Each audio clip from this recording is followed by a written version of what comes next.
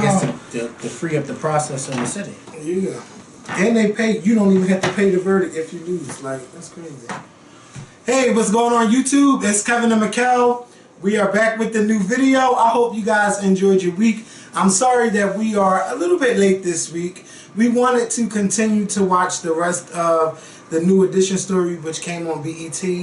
And also this week, the show, just the series itself, it broke a lot of ratings for BET. Really? Because I was trying to figure out the ratings. Yeah, and they gave them some of their highest ratings in 5 years. So it's a good thing for BET. If you're watching the Scorpion Show for the first time, I hope that you click that subscribe button. Also, to the subscribers of the Scorpion Show, or the new subscribers, once you click the subscribe button, or you already clicked the button, there is a bell right next to the subscribe button. Once you click that bell, you'll be able to get notifications on when we upload our videos. So make sure y'all click that bell and say yes, you want to receive notifications from the Scorpion Show. And please share our videos to Facebook, Twitter, YouTube, Instagram, or wherever you choose to share our videos. So let's talk about the New Edition story. Now, you know, New Edition came out in the early 80s. And they were a successful boy group, just like, you know, there were many boy groups back in that time. And we've seen the ups and downs of this group. And this was a great story, and I want to give kudos. I don't know who directed it. I want to give kudos to the director, to the actors, to the accuracy of this film, from going back in time to like album covers, to videos, to even the one where I was like, oh my God, it's heavy tension in the interview with I saw Carter. it, yeah. Baby, that was on point. Like, everything about this is on point. And to the outfits in that interview. Yes, and this is how a biopic should be done. Take notes, Lifetime. BET, y'all did that. Even TV One, they're good, but BET, y'all fucking did that. That's how you do a story. And I was into this whole story up until the last like 15 minutes of it, because they had too many performances going on. Because I thought it was going to be some more drama, but it wasn't. So I just sat there and watched like, okay, come on, what's going on? And it went off 7 minutes early, but it was good. And the main thing that we are learning from all of these groups is that everybody got robbed in the beginning because they didn't read the contract. Except for Ice Cube. Ice Cube? Ice Cube was the only one who read his contract. I didn't even know that. Oh, from Straight Outta Compton. Straight Outta Compton. Ice Cube was the only one who had common goddamn sense. Yes, because we be like, they trying to get rich, they trying to get their money, and I kind of felt bad for the moms. But you mean to tell me none of the moms, none of the moms, because they always trying to get that money, get the fuck out of the project. They want to get out of the box. They got excited over $500. They got over $500. They rich. $500 back in the 80s was a lot of money. No, it wasn't. $500 wasn't a lot of money in the 80s. Project rent is how much? To somebody in the projects, that is a lot of money. But that ain't gonna get you but so damn far. Yeah, you're right. But they was gonna bring in some more money. $500. Somebody in the projects, $500 is great for food. Anybody know how? I wouldn't. You're not gonna move out the projects for $500. Yeah, you gonna fill up your refrigerator. Yeah, you're gonna wait. You're gonna save that money and wait for that new money to come through. You sitting there had their little bikes and everybody in the neighborhood was going crazy. I'm surprised nobody tried to take with their bikes and stuff, because you know that's how people do. When they see you getting on, they see, oh, okay, we're going to get them. That's how they do it, especially in Philly. That's how they do it. You get a new contract, oh, somebody going to kill you because you got a new contract, and they don't. People do stuff like that all the time. There's haters everywhere. Okay, so my thing with the moms and the money, okay, I feel like the acting on that part, it could have been better, because I feel like if somebody owe you your money and you know you're supposed to get your money, you need to be going off. Especially when they got that check for $1.87 each. $1, bitch, a table would have been thrown, lamps would have been broken. I've seen women mad about their men cheating on them, you know, more angry than about a check for $1.87. But we are talking about women who don't know nothing about the business. They didn't know anything about the industry. These women probably, I'm just using a hypothetical. Some of them probably didn't even finish school. One of the boys, I remember him saying his mom had him when she was 15. So these women probably were women who didn't know no better. When you got somebody in the business and the industry that's going to come to you and explain to you why you got $1.87. No matter how mad you are, at the end of the day, you want to listen to them and say, well, I'm mad as hell, but to me that makes sense because you do have to pay for all that, you have to pay for that. Now somebody like us who has a little bit more common sense, we know a little bit more, we'll be like, no, I'm not buying that because I've done that a few times in the past.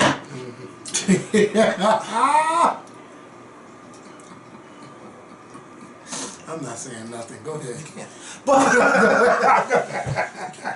But we got paid. But thanks to Michelle, yes, she made sure. Who? With that. Oh, yes. Yes, she did. Yes, she did. You let me know. Nobody. Okay, but I made sure too. Yes. Oh, wait a minute. They not doing the checks? Hold up. Yeah, let me call this person. No, I'll call you right back. Hello. Oh, y'all ain't getting that? No, we did not. But anyway, back to woo! Flashback. So anyway, so somebody like us, and maybe some of y'all out there too who have a little bit more, you'll be up on it. But at the time, you gotta remember, we already know. Those people saw those moms coming a mile away.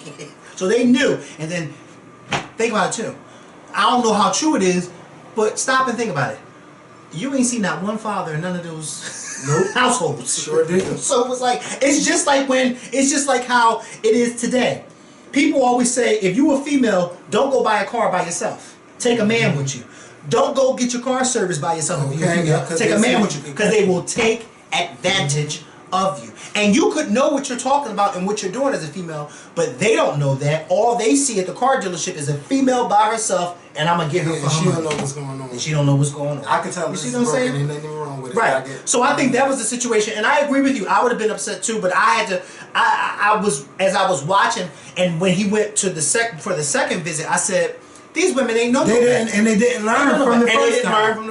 There you go. They didn't learn from the first time. I knew something was wrong when they got excited about that $500 and that dictometer or whatever the hell it was that they got, betameter or whatever it was. I said,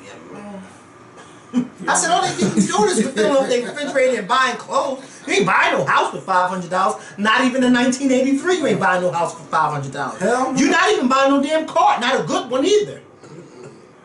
Nope. I didn't even see him. I seen Bobby driving the car, but I don't know if that was his car. The car that he was riding around, he got locked up in. No, remember he said it was his friend. He said, because remember the guy asked him, where'd you get your car from? But I don't know what paying attention. No. No, because I was talking about today at work, and some of the people didn't understand certain parts too. And I was like, no, you don't remember. And he was like, oh, yeah. I was like, hello. Because I didn't even really want to stay up to watch, but I knew we had to talk about it because I was so tired. Can you imagine us not talking about this one? But yeah, I love the movie. Yeah. But that Bobby Brown had Bobby Brown down. You know what I also loved? What? That the original members of New Edition was on set while we were filming this. So that's what made it even more special because you said, I believe this story because I know that the members of New Edition were there while they were filming and they were putting their input and they weren't letting lies be told, that they were letting the truth be told. Why? Because it was their truth and they were telling their truth for this story to be made. Yes. And you know the funny thing is, which one got the? They was trying to get the record. The Ralph Tresvant. Mm-hmm. I remember him like back in the day, but I don't never remember him being no big star or no great singer. So I wanted to know what did they see in him early? Like just because you can sing a little bit, like he's not the one to me. But his voice was a little different.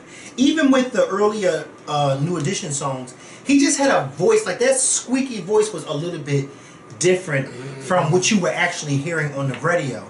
And I didn't realize that was him when they showed the clip of the music video Sensitivity. I didn't realize that was him. And then I started thinking about it. It's funny that you just said that because then I started thinking about it and I said, but his voice when he got older, it had matured to the point that stand out. It didn't stand out because to me I felt like it sounded like all the other 90s guys at the time. That's how the songs and the music sounded back then. But I guess they probably figured, well, he came from this group, this popular group. He was the lead singer in this group and he's branching off on his own, and so he'll just be successful. And he was until that second album came. Like some other stars of today. Yeah, it happens all the time. The sophomore jinx, as they say. Yeah, but what else happened? Just Bobby Brown himself Bobby Brown had a big ass ego, and Bobby Brown was very rude, ignorant. I mean, every negative adjective you could think of was Bobby Brown. Bobby because he was a nigga who ain't never had shit, and he showed you, I am a nigga who ain't never have shit. I ain't come from shit. So now that I got, you know what who reminds me of him? Soulja Boy. Somebody who he ain't used to having shit, so now Soulja Boy flaunts everything that he gets on the social media. He has to flaunt everything because he's not used to having it.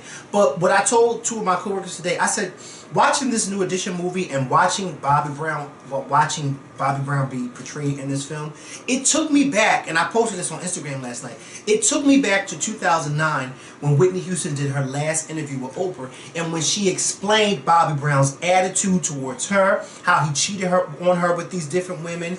He would use her credit cards to take different women out, and she would get the bill. How he just had this whole big ego thing to the point where she felt like she had to dummy down herself to make him feel better. And as I'm watching this, I'm like, Whitney Houston talked about this in 2009, and it's coming to fruition. It's coming. Like, this is really true. Like, wow. Like, this was really him. Like, this wasn't make-believe. And I knew it was him because he had a part of making this movie. Yeah.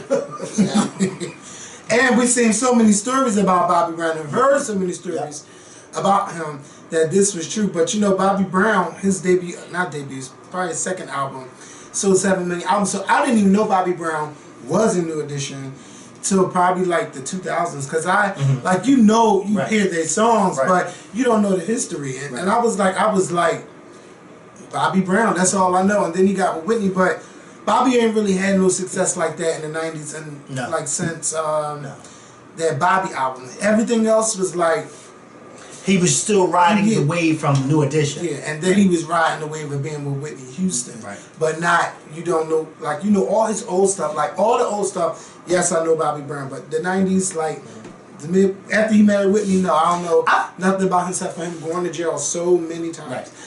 Right. And one more thing else that I noticed is that he was doing drugs way before he got with Whitney Houston. So versus his claims that Whitney Houston introduced him to that stuff, he was already doing that stuff. And I believe that we learned that Whitney Houston was already doing that stuff from her brother. Yeah, her own brother admitted it. Yes. Well, maybe she introduced him some stuff that he never had tried before, and vice versa. That's what I kind of took from it. Maybe, because it may have been stuff that he had never done before that she introduced him to, because she was doing it at the time, like her brother admitted. And then there probably was stuff that he was doing that she had never done, and they, you know, and once they got together, it was like, can you imagine the honeymoon?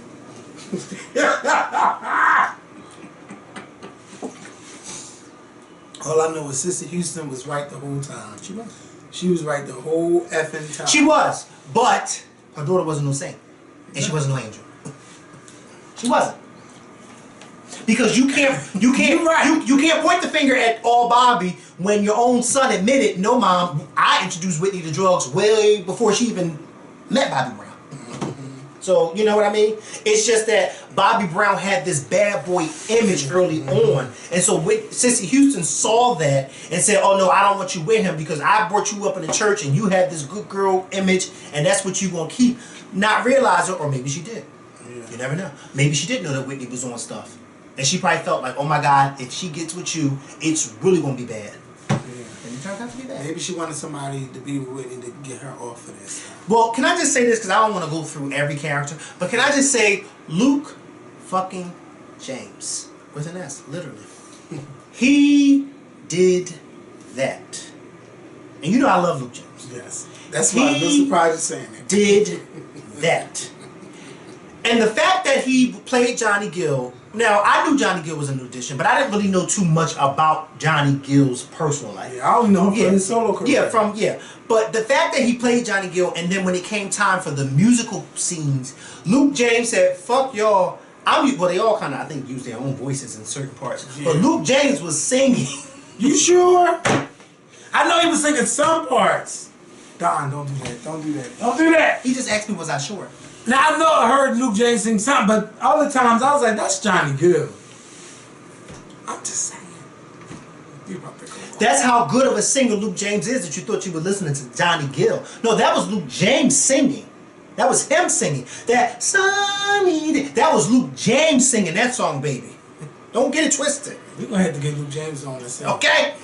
Again. And it's funny because Luke James posted a video, and I uploaded it too. He posted a video on his page where they were where that scene was on, and one of the guys said, "You better sing in your natural voice." That was Luke singing. Wow, that's good. How can you have somebody like Luke James in a movie like this and not use his voice? Luke James can sing, and he's a versatile singer. Of course, that's Luke James. I'm surprised. I'm really surprised. Why are you surprised? This is no shade. I know he and can I don't want you to sing. take this as shade. Yeah. But that's kind of like, and this is no shade, so I don't know if I said this shade. But that's kind of like if Sierra was to play Janet Jackson. I would not expect them to just keep playing Janet Jackson's vocals because Sierra has a soft voice like Janet. So I'm like, well, you can use Sierra's voice. I could see if they were using like a Rihanna, then they'd be like, no, you can't use Rihanna for Janet's voice, her singing voice. You would have to use Janet. But Sierra has a soft voice like Janet, so I could see. But I know the difference between the sounds. We all know the difference, but I'm surprised you didn't know the difference between Luke James and Johnny Gill. Well, he did a great job. And the scene, with the music video. And they all white. Yeah, that was Luke James too. Come on, Kevin. Get it together. I'm about to tweet and say Kevin didn't know that was Luke James singing through the. I didn't know. I'm surprised. I just want to make sure you sure. Bitch! You gonna ask me, am I sure? You know what? We need Luke James to confirm this. Well, but he just did a great job. He did a great job singing. His acting was good too for this to be his first acting role. So we're sitting here recording right now, right? And we're talking about the New Edition movie. And so I bring up Luke James and how great he sounded. Why Kevin just gonna say to me that he asked me, was I sure if that was Luke James really singing? The whole time. It was Johnny Gill. The whole time. Why wouldn't it be Luke James? And why is Kevin the only person that didn't know that was Luke James singing in the movie? I know he sang some parts, but not through the whole movie. Because that shit sounded like Johnny Gill. Sounded like Luke If James. he was singing Johnny Gill, he sounded great. He sounded Johnny great. Gill. Yes. But I was surprised. Put me back in here. I was surprised. And I'm trying to figure out why was he so surprised. We've had Luke James on our show 3 different occasions. Because he sounded just like Johnny Gill. Well, that's what happens. Somebody else is singing somebody That's what else's happens. song. Oh my God. Jesus. You just a stand for me. I am. Bitch. And that's probably why I knew that was him. Just like you would know if it was Janet singing. Yes, and I know nobody would. I think we all would know if Janet singing. But okay, what else happened? We seen that Mike Bivins took a role of being like more of the leader, the director, and all things like that for the group. And some of the actors I don't think look like the original members. Okay, I'm gonna get that out. No, they didn't. But but their acting was so good that I didn't really care about that. Yes, but I'm glad that he was the one that took initiative to say, you know what, this is our group, and I'm tired of us getting raped, and we're going to fire this manager. We're going to get a new one, and they really took off. But with them, not took off, but they was trying to take off again. But you had the success of Bobby Brown with his solo career. Then you have a new member of the group. A lot of people don't like it when you put a new member in the group because sometimes your sound can be different. Or that new member could just overshadow. Yeah, and then you see him, Mike Bivins, like him finding other groups and, being the manager for them. And then we see him going through like, did you read the contracts? And I just like, well, damn, is he now Joanne the scammer? Like, if you already been through this, why would you want to do the same thing to somebody else? Mm-hmm. Which I didn't like, but if that's how he was, I hope that he's a changed person because that's just not a good look. And I'm surprised that he even let that be in the film. I'm just glad that everybody was being honest and authentic about what went on because if they wasn't trying to be that way, somebody would have called them out. You know what's so funny? Because I honestly didn't know that whole Boyz II Men New Edition connection, and that was a great little clip that they showed because I was like, I didn't know that they even like I didn't know. I just didn't know that Michael Bivins had some part or some hand in Boyz II Men. And then they took the title of a New Edition song and made it, they named themselves a group after that. I didn't know that, but I know that Michael Bivins was a great, he had a great ear for sound, especially when we found a group like Boyz II Men and said, you know what, we're going to get you guys signed. And then I'm just like, I'm thinking about Motown Philly when they say Boyz II Men, ABC, BBD, the East Coast Swing. I'm like, wait a minute now. And these are all the groups that he, that Mike Bivins managed. Yeah. So who like, the fuck was ABC? ABC, they had the song Aisha. Oh, that was the name of the group? I think so. Another Bad Creation. Or was that, I hope that wasn't Jermaine Dupri. No, Chris Cross was Jermaine Dupri. Chris Cross was Jermaine Dupri. And I think ABC was Mike Bivins. You can always Google it to me. Sure, no, you can. Oh my God, I don't want to. What else happened in this film? Okay.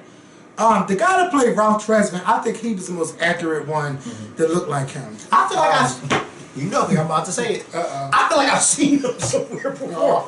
And I don't. Kevin, I'm watching this guy last night and I'm like, I see him somewhere before. And as the movie went on and on, I'm like, yo, where do I know this guy from? It's going to come to me. I don't think I've ever met him. I just think I've seen him somewhere before. Maybe he played in something before that I've seen. But you know that. But he was a Yes, he was. And he was so, and he had Ralph's mannerism and the sweet, no, and he was all smiling. So, now, where you know him from? I don't know where I know him from. You better find I out. will find out one of these days. What they saying in the First comments? time to say, you can clearly hear his voice, Kevin. Duh, I'm talking about him singing Johnny Gill. I didn't hear it. Maybe I was too into my phone. I don't know. That's probably what it was. You probably was too busy tweeting. No, but I know Johnny Gill's voice because he has a strong, powerful voice. Like he do. But Boyz II Men will be not Boyz II Men. Boyz II Men is in Vegas. I think they're still in Vegas. He sounds like Johnny Gill. He's supposed to. He's not supposed to. Yeah, that's Luke James. Yes. See, the guy's singing the natural. He did a great job. Man, she sounds just like Johnny Gill. He's supposed You don't shut up. He's supposed You to. is just standing like, oh my He's God. supposed to. Normally, when you act, you gotta look Somebody like said, them. Get the mannerism. Luke James doesn't sound like Johnny. Luke did a great job. Kevin is tripping. That was definitely Luke singing. Ricky Bell even tweeted that it was the cast singing. It actually was because there's a video that Luke posted too with them all singing. And the guy who played Ralph, it's funny because he's not a great singer, but what I loved about them singing together, because I feel as though I think the only two singers in the cast was Elijah Kelly and Luke James, even though Elijah Kelly is no Luke James. But he does have, because he does a lot of Broadway. But I think that Luke James, with his actual singing talent, when the rest of them sang, I think when he blended in his voice, he knew how to do his thing to make the rest of them sound good together. Well, look, I'm just like, okay, well, there you go. I just learned something new that they all say. Because you... Actually, yeah, because I realized that, because you know what, I didn't think the guy who played Ralph, I didn't think that was really him singing too, and I'm listening to some scenes, and I'm like, okay, that is him, but then I realized that was him actually singing throughout the movie when I saw that video of them singing like behind the thing, and I was like, oh, that was him singing, and he sounds just like him. That's crazy. Yeah, no, it's not crazy. They did a good job. That's not crazy. You know what it is? That is genius. But because we know Yaz can't sing. No. But he did a great job acting though. Yes. Because it's much better than because you know I'm not a fan of Empire anymore. But I felt like he did a great job. But I think that what was I about to say? With this film, BET took their time making this film. They didn't just make a biopic and rush it. The hell out of it too. Because we found out about it during like the BET Awards, I think. They did a good job at producing and everything. Who's that? Who did I see that video page or I want to That's Luke James' cousin. But what I do hope is that with Luke James' singing career, I do hope that it takes off. With him being in such a big biopic like this and people watching every night, I hope that people are like, wait a minute, let me go see what his music sounds like, and I hope that he gains some new fans. And as anytime you do a film like this, I hope that they all capitalize off of this because you have 3 nights of exposure, people tweeting about the movie and things like that. You got to capitalize on that. You can't just sit back and lay back and chill. You know what I would love? You got to get up there and you know, get your name out there even more. I agree with you 100%. I posted this picture and I said, listen, and I got 1,600 likes on this, and all these people were agreeing.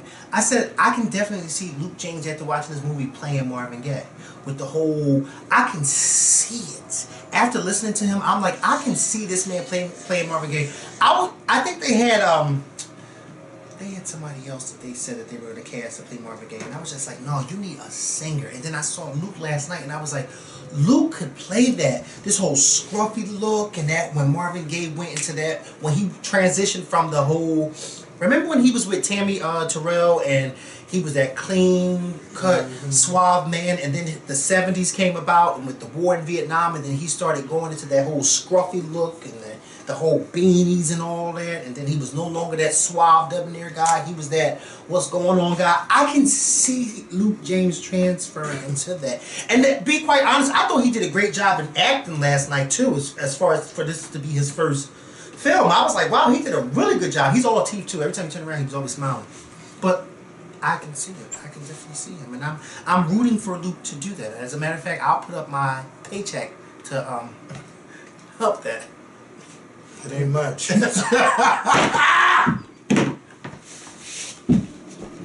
Well, it's something. Oh my God! Listen, it'll get the ball rolling. Let's say that, Luke. Let's get the ball rolling. No, but other than that, I thought this was a great movie. Yeah, it really, really was. And BT, I tried to put on them fucking commercials though. But they had to get paid. People, I'm sure they did. But it was just too many. Kevin, the first episode, like part one, was like minutes. every 12 fucking minutes. It's not bad. No, it is bad. That's 5 commercials an hour. No, The View don't even do every 12 minutes. The View will go every 15 to 16 minutes and then go to commercial. I know one thing. I'm tired of seeing commercials for the quad. Like, I'm tired of seeing that. The Madiba. Every goddamn show BET got going to Mary J. Well, that was their way to promote it. Yeah. When you know all these people were watching. Yes. You got to show it every time they went to commercial. You seen a BET commercial. I mean, a BET advertisement. But you know, I think I want to see that, the quad, and there was something else. It was another show that looks like it's better than the quad. I want to see that one too. But I'm glad that BET y'all coming up in the world. I'm really glad. Did you have any parts in the film that you really, really liked, or it was like that was really crazy that you seen? One of the parts that I just was like was really drastic was when the scene where Ricky was having that overdose in the bathroom. Oh my God, that was too much. That was too real. And I you got spit up and blood. That's what you call a scene. Because whatever he was chewing on before they said action, he was spitting it out. Girl. You ever had that happen to you when you're... Don't you go there. Well, wait a minute, go there first. What you talking about? Don't you go there. Wait, go there. Go there, Kelly. Go there, Kelly. Well, what am I going to do about my bags? We'll send them to you. Ain't that what she asked about her bags? Yeah. Yeah. She's like, well, what about my bag? Your luggage stand. Yeah, not to have it. It's better for you not to be here than to be here. You better go. You better go. Well, I need my stuff. I need my stuff. No, we'll send it to you. Oh, you will? She told her we'll send it to you. Yes. Beyonce, you're a shame, girl. Well, look, all you had to do is be a part of the group. All you had to do is do everything they told you to do. Speaking of the movie, Latavia Roberson, who was a part of Destiny's Child, and also from Scorpion Show Best. Yes, the original Destiny's Child. He said this movie is parallels to our life in so many ways. I think the way she was talking about how, you know, they went through the same thing is about the money. And Kevin is always in his own little world. I think it was about the money. And from past, she's either turn the TV down or turn it off. No, they got the TV down. Open the door. That's Shakina. Yes. Shut the fuck up. Okay. Yeah. Well, wait a minute. We'll do that. Just. Hey, Shakina! I'm recording. Hold the fuck. Open that door. It ain't open, bitch. I ain't closed it. She told you she don't fucking in your house. Yeah. In your house. What's the problem? Get my Fuck out of here. You'll get an actor. You'll get an actor. Don't you know we in here recording, making like... And they don't want to see you on camera. Give me my money. No. Charlie, don't you know that we're in here recording? Kevin, I will come in here and fuck all your videos. You ain't gonna fuck shit up. Shut up. Give me my money. Give it to They don't want to see what you look like. I don't give a fuck. Ooh, look at her hand. Look how rough it is. Give me your fucking money. Eat my hand. That's not ladylike. And she smells just like an orange.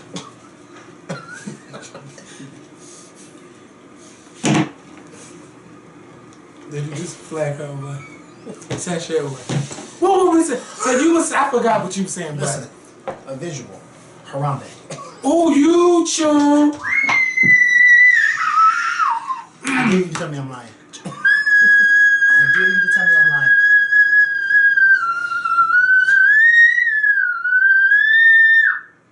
Dick, bitch, you went there, Kelly. With a hair scarf. Wait. Am I lying? I'm gonna tell you go to Harambe when the camera, when they see at the Scorpion Show barbecue, they be like, oh my God, he was. You just tell Mikkel that, don't tell nobody else. Some shady bitch was, oh, you the one that's Harambe. You know somebody would do some shit like that. But something that was surprising to me is that when they were the kids and they were doing the shoot for the Candy Girl cover, and the guy was like, don't smile on the cover. I mean, don't, you two stand in the middle, you three don't smile, you two smile. And they took the picture. I was really surprised that the cover really turned out like that. Yeah. Because sometimes you see album covers that don't look like that. No, bitch, everything was on point. From the girl and the candy and the... Actually, each album cover that they shot, it was accurate. Went to go Google it, and it was like, wait, it looks just like it. Yes. That's how you get an Oscar. I need y'all to do that. You know, our actors. Take notes. All you inspiring directors and writers and shit like that, take notes. Set design, take notes. Do your history. They did that. But I was really surprised, so I tweeted about it, and you know, the tweet went viral. But then you got some people saying, duh. I just like, no, I can't believe that this actually happened. Like, they told them to do this, and then the picture came out the same way. I was surprised because some lines, you know, are added for dramatics and a biopic sometime. But this, I was just like, my face hit the floor. And I'm like, these kids, but they ain't know no better. But they knew that they, you know, they was all fighting over who's the lead singer. They just had a lot of drama with them from the beginning. And probably still now dealing with Bobby Brown. But see, right now Bobby Brown is at a point in his life where he's been through too much. Yeah, yeah. Because I heard that they were like trying to do this film for a long time. Yeah. But this is Bobby right was time. Bobby was going through a lot, and I think that, like you said, this was the right time for them to make this film and then release it. And then they released it at a time when nothing else was really out or big, and nothing else on TV really. Yeah. It just was. But good. Even New Edition, y'all need to capitalize on this. Go on tour, do your own solo shit on the tour. Like, this should be a good 3 to 3.5 hour show, or maybe 3-4 hours. Depending on how y'all do it, because you know Bobby Brown want to go on last. Like if y'all do Johnny Gill, Ralph Tresvant, BBD, and Bobby Brown, and then y'all do y'all shit. Like, I just think it would be a good show. Or y'all could do New Edition, and then, like, so some people could catch their breath. Y'all do your solo parts. Like, y'all could do it. Get it together. Get this money now. Like, that's the only way to do it. Y'all need to be... This all should have been in the works anyway. It all should... Like, y'all knew. Like, y'all got the star on the Walk of Fame. Then y'all had the next 3-night premiere. Now, bitch, y'all should have had an album for us on Friday. So that everybody could really lose their mind. That's how y'all should have did it. But y'all didn't. But that's all right. Who was we talking about? We changed the subject, but I forgot. Latavia. Now, I understand what she was talking about. And I think it more when it came down to the money part. Where, you know, Matthew was their manager, and I believe they had another manager at the time too who passed away, and then all this funny money stuff was going on. So they like, oh, well, she's driving this, and I don't even have enough money to buy this, or I don't have enough money for that, this and that, and all of that. And that's what I think she was talking about without her really saying it, because we've all heard their stories from a long time ago. And, you know, I hope they don't try to start doing interviews doing this because it's old. But I remember those times where they were talking about how they were not getting their money like the other members of the group was. And I'm not saying no name because I don't want to, mess nothing up. But, because I don't want to say, oh, they said this name and it wasn't. So y'all go find them old interviews. And then, like, you hear the story about Matthew not doing right by Beyonce when it comes to her money and all of that, and that's why she had to let him go. I was like, well, I'm not surprised. He did that to the other members. So, he definitely reaped everything he sowed. Matthew knows. But anyway, that's all I wanted to say. But I don't think Matthew knows. I don't think that a Destiny's Child film that shows... That part is not... But I don't think it's got to be a part of their story. No, listen to what I'm getting ready to say, because I agree with you. It does have to be a part of the story. But I don't think a Destiny's Child film where you're going to get the accuracy, the behind the scenes personal stuff is going to be like a New Edition film. No. Matthew knows, as far as I'm concerned, is never, ever, ever going to admit out of his mouth, I could be wrong, but I don't think he's ever going to admit out of his mouth that he did anything wrong by any of those other girls or by his daughter. He's just not going to admit that. I don't think he's going to admit it. We know he did, but he's not going to verbally say it.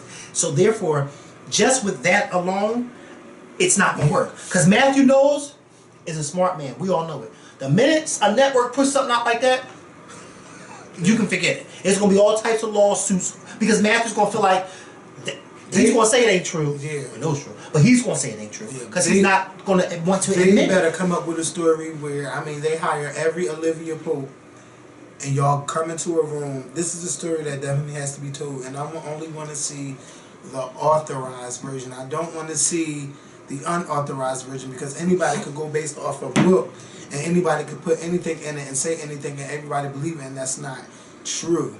It has to be with every member of Destiny's Child, including Farrah, even though some people don't want Farrah in it. She has a story even though she was in it for 5 months. Yes, she won't be there. She won't be I want everybody to be a part of it because this is a story that soon is going to be told. Just like they've done Michael Jackson. Like, normally every big group has a story based on them or loosely based off them. And Destiny's Child hasn't had one yet. And we'll probably be 50 before this even happens. But they all have to be willing to talk and tell the truth. And until they tell the truth, we won't never know. Like, I just find it weird that, bitch, I found out I'm kicked out of a group by seeing a video of these other girls. But, the good thing is that Michelle has met Latavia, their good girlfriend, not Latavia, Latoya. Like, they've all been able to have their own proper conversation, but, bitch, I want to see it on film. Like, I want to see how you met this person and how was it awkward and all of that stuff. Like, yeah, I want to see all of that. But we're never going to see it right now. Maybe you might see something about Beyonce and Jay-Z, the story of their life. But I want to see Destiny's Child. I want to know everything. I don't know. I feel like we all want to see it, but I feel like you'd have to see that. You're not going to see it no time soon. Because the reason why you're not going to see it no time soon, for one reason, Beyonce is still Beyonce. And as long as she's still Beyonce, you're not going to see nothing like that. You gotta wait. We have to wait until Beyonce is no longer Beyonce. She's now retired and sitting down, and then say to herself, "You know what? Maybe I do want to tell the story." She'll be in her 60s. As long as she's Beyonce, you can forget it. You know why? Because there may be something that she might feel as though it might hurt her and her brand, and so therefore, we're not putting that out there. You know what I mean? Like, look at. First of all, look at the type of, and you and I know her publicist, Yvette. We know her.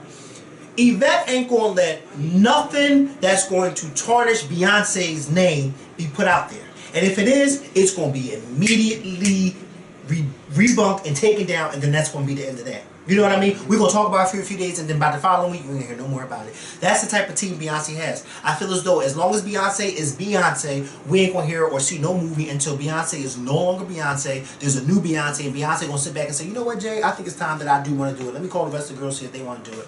And then that's how it's going to happen. So right now, we can kind of forget it. We can stop asking because it ain't going to happen. Yeah, and it won't be a BET or a Lifetime thing. No. And as long as Beyonce got something to do with it, it'll be in the theaters. Yes. So Chrisette Michele did an interview with the Breakfast Club. And I am upset that I didn't see it. I seen her on CNN with Brooke Baldwin too. I get every place where she's trying to come from, but no, you performed for Donald fucking Trump, and I don't agree with the names that people are calling you. And if people want to boycott you, that's the best way for them to do it, instead of calling you a name. But you saying that you wanted to be the voice for people or black people, people don't want you to be the voice. They would rather let people like John Lewis be the voice. The people that were a part of the civil rights movement meet with Donald Trump. Those are the people that they want to see. The people that's been trying to get him at their table for so long and he won't go. Like Donald Trump can have a meeting with the NAACP. They can be the voice for black people, not Chrisette Michele. Now maybe if you had a little bit more status, you know, people will understand. Like, for instance, I think if Beyonce said, you know what, I want to have a conversation with Donald Trump, I think it could happen and she would not suffer a backlash like Chrisette Michele would. No. Chrisette Michele, they'd be like, girl, who are you? Like, bitch, ain't nobody. You know why? Shit. Because I think that, first, like you said, I think that it would have to be a powerful voice. No, Beyonce is not what do you call it that we were saying that Steve Harvey and them are? What's the word that we were saying? And they're not a leader. I think we were saying they weren't a leader for our community or whatever the case may be. Yeah, something. Yeah, like we were saying something like that. I can't forget what. Beyonce's not that either. She's definitely not. Now she's a big influence, but she's not a leader of the black community. She's definitely not that. But I think that, like you said, not going to perform. But I think that if Beyonce said, you know what, I want to sit down and talk to Donald Trump and figure something out as to why it is that, you know, he feels as though we as the African community can trust him and that we should rally behind him. I think that Beyonce would get more of respect than Chrisette Michele going to perform. Because see, when people I saw Chrisette Michele performing, they saw her, and I got something to say too, because I know some people are probably saying, well, how come y'all think Beyonce can do it and not Steve Harvey? And I'm going to explain why. Chrisette Michele performing, or any black performer of that matter, performing for Donald Trump, is basically, it looks like to the black community, oh, you just happy and you celebrating his victory. Inauguration. That's a You're celebrating his win. You're celebrating him. And when you're celebrating him, that means that you're celebrating his policies and his views. You take part of it. Right. And so therefore, I'm not going to view you and respect you anymore. Not saying that I should disrespect you and call you type of names, but I'm just not going to support you anymore because now you're celebrating this man that did all these bad things. Why I feel like Beyonce could do it and not Steve Harvey? I feel like Beyonce could do it and not Steve Harvey because I think that, well, let me just say this. Steve Harvey could do it. I just feel like Steve Harvey did it in the wrong way. I think that by Steve Harvey allowing Donald Trump to usher him up to his big glass tower in the sky in New York City, and then come on down to the reporters and the cameras and make a spectacle of, oh, I met with this great black leader. I felt like Steve Harvey, he, like I say all the time, having the power, he could have taken control and said, you know what, Mr. Trump, I'm going to do you one better. You know what I want to do? When you become president, Mr. Trump, I want to have a one-on-one interview with you in the White House. And I want this interview to be based on you talking to the African American community. That would have been a great segment for his show. That's how Steve Harvey should have did it. Because this way, we could hear what you were saying and how you were saying. Because now, because Mr. Trump, I'm Steve Harvey. Mr. Trump, you said that what did the blacks have to lose? Now, me being a black entertainer, a big black entertainer, you can tell me what it is that we have to lose by coming on board with you and you coming on my show. That's how Steve Harvey could have done it. And I feel like Beyonce could do it the same way. Now, no, she don't have her own show, but you know that Beyonce would have had cameras around. And it would have been put in some type of documentary or posted on her website. They would have did it some type of way in that manner. That's how Steve Harvey could have taken control of the situation. Instead of letting Donald Trump parade him around, you know what? I'm going to come to the White House and I'm going to interview you just like David Muir just did for ABC News. And we're going to have a one-on-one conversation about why it is that you feel as though the black community should rally around you and what it is that you can do for us that the other presidents weren't able to do. That's how Steve Harvey should have done it, and I think more black folks would have said, you know what, Steve Harvey, I respect you for doing it this way. But you going up to Trump Tower and visiting him, we don't know what that conversation was about. We only know what Steve Harvey said, and he only said what the conversation was about because of the backlash. You know what I mean? But who's to really say? You know, Donald Trump comes out and says a whole nother story. Yeah, everybody said, "Oh, we had a great meeting," but you don't know what the great meeting was about. No. You know what I mean? Nope, not at all. And you know, Chrisette Michele was then saying like, "Oh, she want to be like Van Jones with having going to interview different people." No, you don't, Chrisette Michele, because anybody gonna let you in the house. Talking about then I want to do an interview with John Lewis and you know all the other big names and you know she wants to capitalize off it. Like, girl, fucking bye. Nobody is going to take you seriously. You're trying to do all of this to save face. Now you did this. You performed at the inauguration. You claim, "Oh, this is what I wore. These are some of the things that I said." Your words did not have impact to that crowd. If you would have said Black Lives Matter, if you would have said key words to them and that people can make a news story about, then you did not have no impact singing at the inauguration. It doesn't matter what gospel song you sang, because your words are only going to those people in that room. Your words need to go beyond that room and around the world. And to be quite honest with you, I told you in our last video I loved her performance. I told you that. But to be quite honest with you, I felt bad because I actually didn't notice her dress. She didn't notice. She said that on her dress she kept talking about things. like, and I'm like, girl, I didn't notice that because to be quite honest with you, the camera wasn't panning into your dress. It was doing wide shots. You know what I mean? It wasn't panning into you. Yeah, like so no. And I feel bad that I didn't pay attention to your dress, but I wasn't. So what? It wasn't an impact. It wasn't an impact. So your what you did failed. Yeah, and you got to check for it. And you got to check for it. It looks like that. People say whatever they want. As long as they write a good check, you'll say. Right. Because like Shirley Ralph said on Wendy Williams, all money ain't good money. And she was talking about Chrisette. And she was talking about Jennifer Holliday. Yeah, Jennifer Holliday. She was trying to be nice without being nice. But we knew better. And Wendy knew too. That's why Wendy let her keep talking. And Chrisette kept saying, "Oh yeah, I'm not broke. I'm not doing this for money." But we should have took a stand on that stage and say, "Listen, before I even attempt to sing, or I didn't even come here to sing. I just came here to make a statement.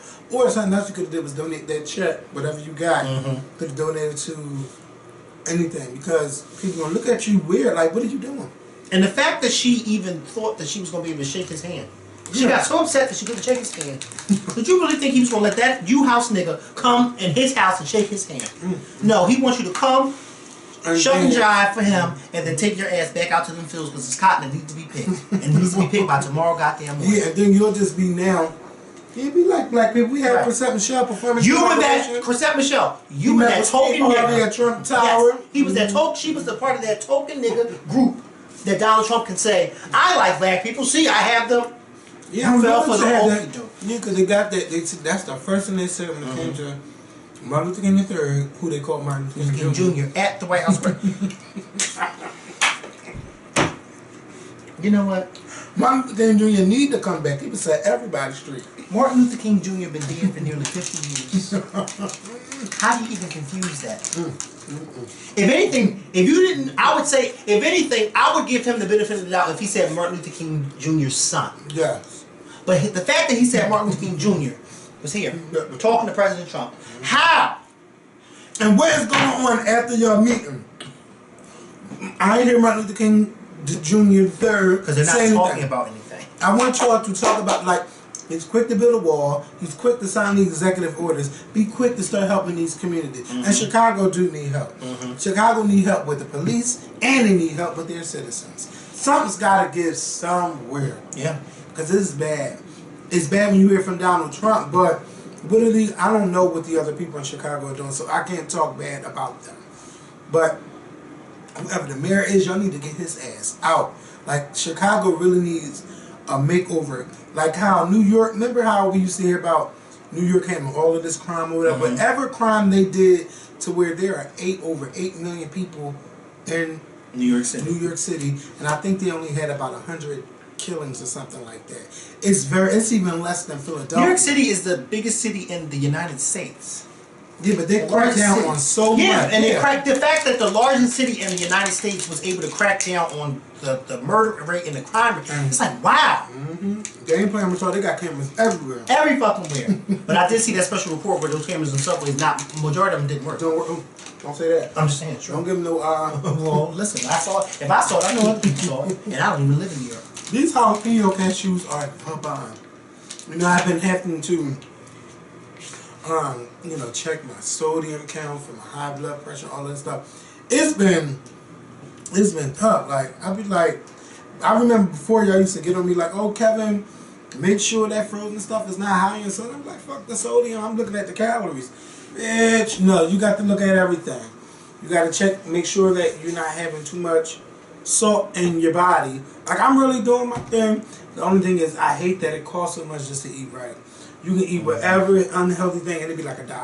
Bitch, everything goes $4 or $5. That's why there's so many big people out here, because it's so cheap to eat unhealthy. Yes. It's expensive to eat healthy. Yes. So you gotta go rob a farm or get it straight from the farm. I go inside the damn store, order a milkshake.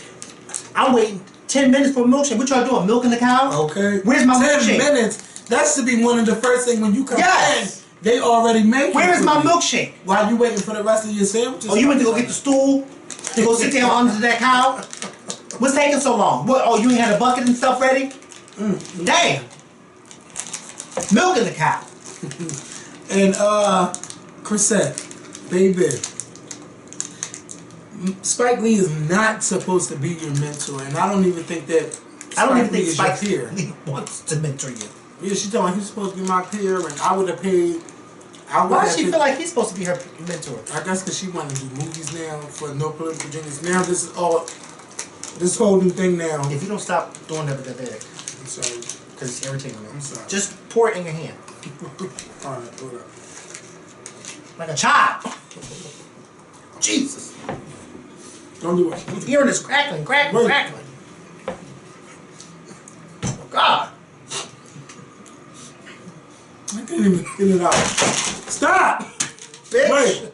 So, she talking about I want to do a new movie, I want to do a show. Like, girl, no. Nobody's going to She should be calling Spike Lee, she should be calling Tyler Perry, because he hires every damn body. Yeah, and if but he don't hire her, that means it's a problem. The only thing I do agree with what she said is that, and you're right. The only thing I agree with what she said is that we need to have these conversations. Just because you disagree with me don't mean we can't talk. No, so she's absolutely right. You put it on Twitter, you should have called me, and I'm sure you can get her number from anybody. Oh, who she talking about? Spike Lee? He don't want to talk to you. But she should. But if you want to ridicule her, fine. Right. But I still think that you should have that conversation. Yeah, but just because I have a conversation with you, don't think I'm gonna hire you next. Yeah. But she could still I think she knows she did wrong, but you do. I think she should. No, she don't know what she did was wrong, because you got a lot of black people out there supporting her. But she wanted to defend herself. But you kind of know like you wrong, but you keep defending yourself. But you keep defending yourself. But let me tell you something. If Tyler Perry won't hire her, she got one more choice: Lee Daniels. After that, yeah, because he wanna make white people happy. Okay, I was surprised he wasn't up on this. They already have. Didn't you see them go vote on November 8th? Okay. They already showed you how to get their country back. Okay. They showed you. I know how to get my country back. They came out on every hole. They stood in them lines and talked to you like they was your best friend. Yeah. And as soon as they got to that box, I don't know that nigga. Click. I would never vote for Trump when you called. Well, they showed you. They showed you. They voted. And there were more women that put. That's why women are powerful. If Donald Trump probably purified. Didn't I say that? Didn't I say that? Mm-hmm. Women have the power. A lot of them just don't know that they have the power. Mm-hmm. All right, I told you. I'm in there. So we're gonna go. We're gonna go because you got all those crumbs and stuff in your beard. I do. I'd rather have that in my beard. I know. You know what both of it feels like in your beard. No, you should. I don't know. I've never had that on my face. Lies, I never did. And I'll put my hand on the Bible. You found when the dust off in this room. There's no Bible in the phone. It should be. You damn, listen to my phone. Oh, okay. Well, listen, I've never had that on my face. Never. I don't play stuff like that. You can't put it in my face. Look at her. That's a shame. Now, I know she's had it in her face. Who will want to? You? Guys are nasty. Guys are. Have you seen some of these guys' baby moms? When they say, Look what she's doing. Oh! And then she's ready to guzzle it. Yeah. What is she talking about? Huh? We gotta go. Y'all have a good weekend, because that is just... Look at her tongue. Kevin. Get her out of here. Yes. Oh my Outta here. God. You posted that? No. But look what she's doing. What's that right now? Oh, that's her nail.